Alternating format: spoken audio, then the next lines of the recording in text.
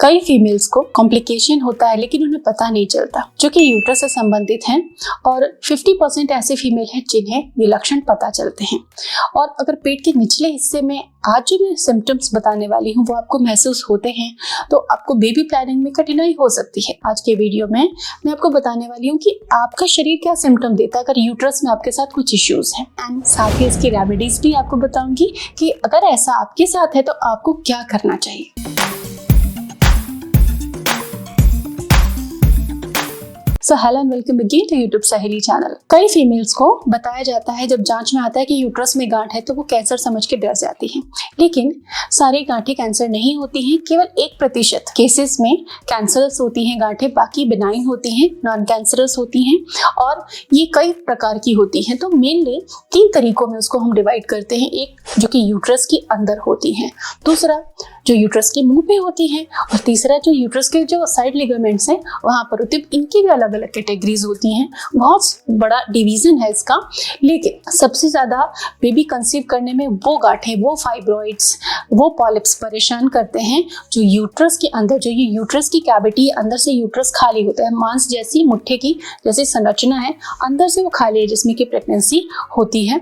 तो अगर यूट्रस की कैविटी के अंदर पॉलिप हैं तो प्रेगनेंसी कंसीव होने में दिक्कत आती है। और यकीन मानिए कई सारी प्रेगनेंसीज ऐसी होती हैं कि जब प्रेगनेंसी हो जाती है, यूएसजी के लिए जाते हैं, डॉक्टर सोनोग्राफी करते हैं तो पता चलता है कि प्रेगनेंसी एंड फाइब्रॉइड्स भी हैं प्रेगनेंसी के साथ में, लेकिन उसमें भी बहुत कम केसेस में कॉम्प्लिकेशंस आते हैं भी हैं। लेकिन जिनको यूट्रस कैविटी में पॉलिप है, फाइब्रॉइड्स हैं, उनको कई बार कंसीव करने में दिक्कत आती है। तो क्या करें, इसके क्या लक्षण होते हैं, आपकी बॉडी कैसे बताती है और इसके समाधान क्या है। सबसे पहला इसका लक्षण है कि जब आपको पीरियड्स आते हैं, अगर आपकी यूट्रस में फाइब्रॉइड है तो बॉडी नेचुरली उसको निकालने की कोशिश करती है, और इस कोशिश में बॉडी हैवीली ब्लीड करती है।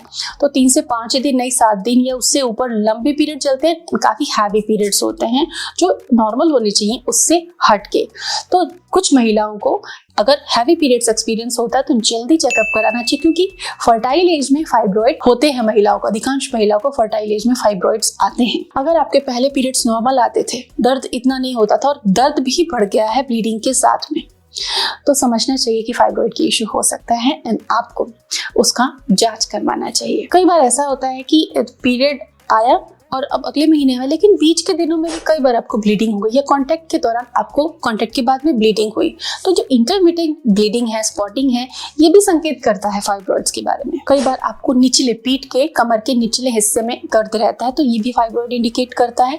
पेट के निचले हिस्से में भारीपन होना, दर्द होना और फुलावट से महसूस होना, ये भी फाइब्रॉइड्स को संकेत करता है। कई बार किन्हीं महिलाओं को बहुत ज्यादा व्हाइट डिस्चार्ज होता है, तो व्हाइट डिस्चार्ज भी फाइब्रॉइड्स को सिग्नल करता है। इसके अलावा फाइब्रॉइड की ग्रोथ की पोजीशन के ऊपर, अगर ब्लैडर के आसपास ग्रो हो रहा है फाइब्रॉइड और आकार बढ़ रहा है तो यूरिन में डिस्कम्फर्ट होगा, और अगर फाइब्रॉइड पीछे की तरफ बढ़ रहा है तो फिर स्टूल पास करने में भी आपको डिस्कम्फर्ट, पेन रह सकता है। तो फाइब्रॉइड्स को भगाएं कैसे, नेचुरल आइडियाज क्या हैं?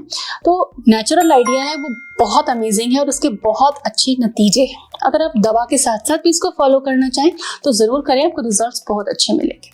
सबसे पहली चीज है कि आपको फाइबर ज्यादा खाना है। 35-40 ग्राम फाइबर आपकी डाइट में होना चाहिए। सलाद, फल, सब्जी इनको बढ़ाएं।